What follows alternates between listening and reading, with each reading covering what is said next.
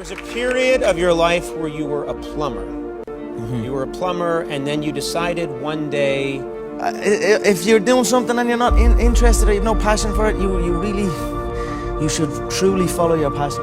When I was a kid, I used to always visualize stadiums and like, even when I was playing football, I'd kick the ball against the wall and I'd pretend that I scored a goal and I'd run off and I'd be raising my hand and visualizing a arena full of fans.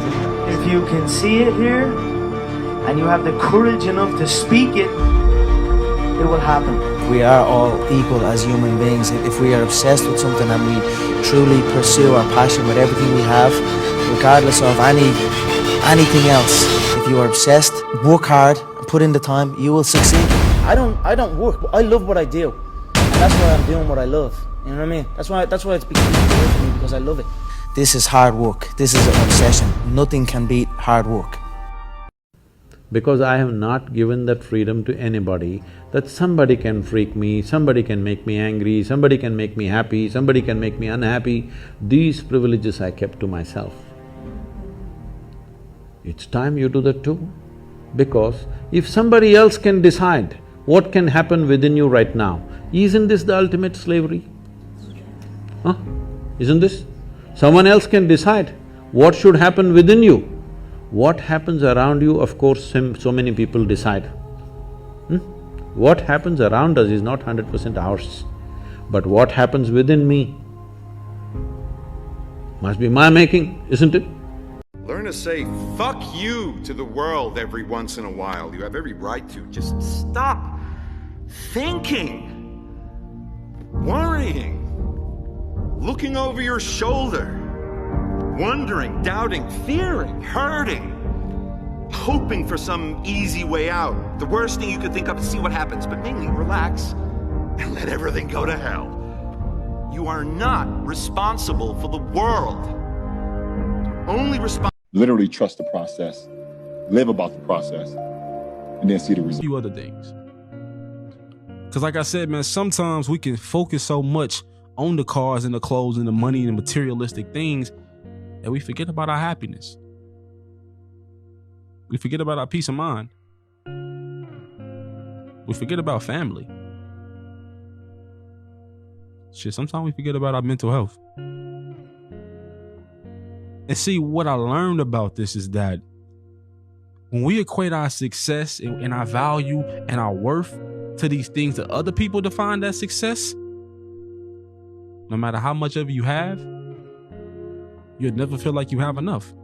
Everybody loves you when things are going great, but you really get to see who you are and who the real people around you are when things aren't. And those people that you can tell are real, you hold on to. You know, you stay true to those relationships, because there's going to come to a point where you go, damn, what do I have out here? What substance do I have out here? If it's not a party, if it's not a nightclub, if you're not in a relationship, what matters? It's only going to be about a good 5 or 6 people that actually... If you would just get up and teach them instead of handing them a freaking packet, yo. There's kids in here who don't learn like that. Bye. They need to learn face to face. Bye. You're just getting mad because I'm pointing out the obvious. No, and you're wasting my time. No, I'm not wasting your time. Mm-hmm. I'm telling you what you need to do. Get out. You want kids to come into your class, you want them to get excited for this, you got to come in here, you got to make them excited. You want a kid to change and start doing better, you got to touch his freaking heart. Can't expect a kid to change if all you do is just tell him. You gotta take this job serious. This is the future of this nation. And when you come in here, like you did last time, and make a statement about, oh, this is my paycheck, indeed it is. But this is my country's future and my education. I respect that. Can you go outside, please? But there's a limit. When I'm not bitching, but simply making an observation. Okay. And now I will leave. You're welcome. There is no easy road to what you want. It's a long road. You got a lot of people that want to be a doctor. Some people don't want to go to school for 8 years. Right. But the ones that go to school for 8 years end up being some of the best doctors ever and live a doctor's lifestyle. Some people say a doctor's lifestyle sucks. Not the doctor that dreamed to be the doctor. Right, he loves it right. because that's what he wanted to do. Everybody want to be a lawyer. Some people don't want to go to school for that 8 to 10 years. The ones that make it out end up being some of the best lawyers in the world and are very happy with their practice and the people that need it on a day-to-day basis. But it took work to get there. Everybody that wants to do something doesn't understand the steps that you have to take to get there. And it's not just in entertainment, it's in all aspects of life, man. And that's what I learned at a young age. What's the meaning of life if this is my life? Which is why I always start with, let's get you rich first. Right? That's why I'm very practical about it. Because look, Buddha was a prince. Okay, he started out really rich, and then he got to go off in the woods. And in the old days, what happened was, if you wanted to be peaceful inside, you would become a monk. You would renounce everything. You would become an ascetic. You would give everything up. You'd renounce women, men. You'd renounce children. You'd renounce money. You'd renounce politics, science, technology, everything. And you would go out in the woods by yourself. You had to give everything up to be free inside. Well, today we have this wonderful invention called money, where you can just store stuff up in a bank account, okay? And you can basically save up. You can work really hard. You can do great things for society, and society will give you money for giving it things that it wants and it doesn't know how to get. And then you can save that up, and you can live well below with your means, and you can find a certain freedom in that, and that will give you the time and the energy to pursue your own internal peace and happiness. The question I ask all over the world, what does school teach you about money? And the answer is nothing. And that's not a mistake. That's not an accident. I knew that. Most people know that. But the way to keep the poor and middle class working hard is never teach them what the rich know. And we still tell kids to go to school, get a job, work hard, save money, and get out of debt. Now, who tells them to do that? That's the most ridiculous thing there is. The book starts and it says, lie number 1, saving money will make you rich. Yeah, it never will. You know that. All taught that as kids. Yeah, because they can print it. Why would you save it and why would you work for it if they can print it faster than you can work for it? You know, we're all writing a book. What's your book look like? What does your fucking book look like? Like your life is a book. You got a bunch of chapters in your book, but when they close that book, how good was the book? How good was your book? What was the ending to your book? If the ending to my book can be so amazing because of all that was done, not the money, all that was accomplished, all of the things that can be associated with you and your existence become a part of the chapters in your book. So my drive is about my book. One thing you'd change about the world. What would it change?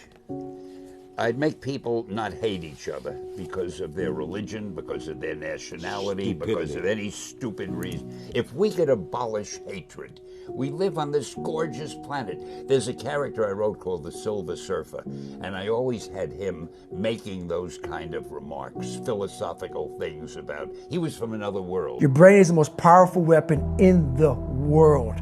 Once you put away your phones and your computers and all that we have nowadays, yeah, it's great.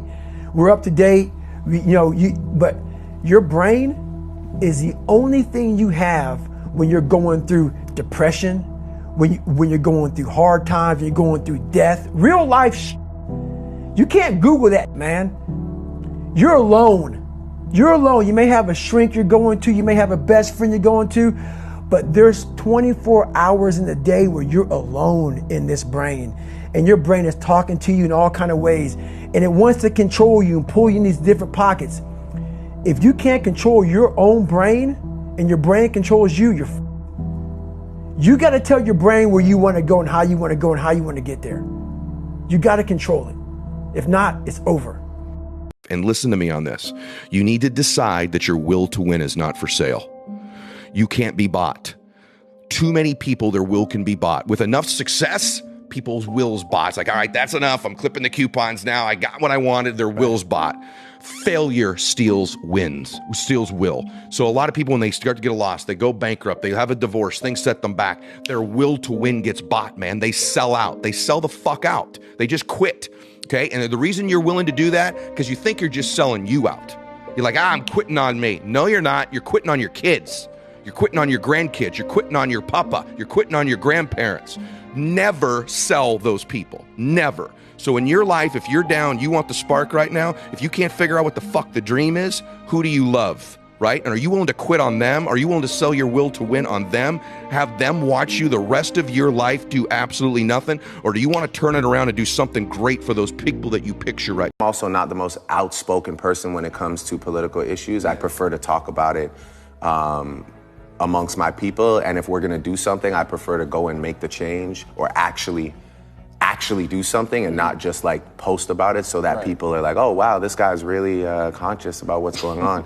Like, you know, the work we put in the communities, you know, the way we give back is legit. It's on the ground. Yeah. You know, it's not so you guys can all just like, you know, double tap and say, wow. Oh my. Brad, show him how it's done. Boom. Sell me that pen. Watch. Go on. Let me sell this fucking pen. That's my boy right there. This pen. Fucking sell anything. Why don't you do me a favor? Write your name down on that napkin for me?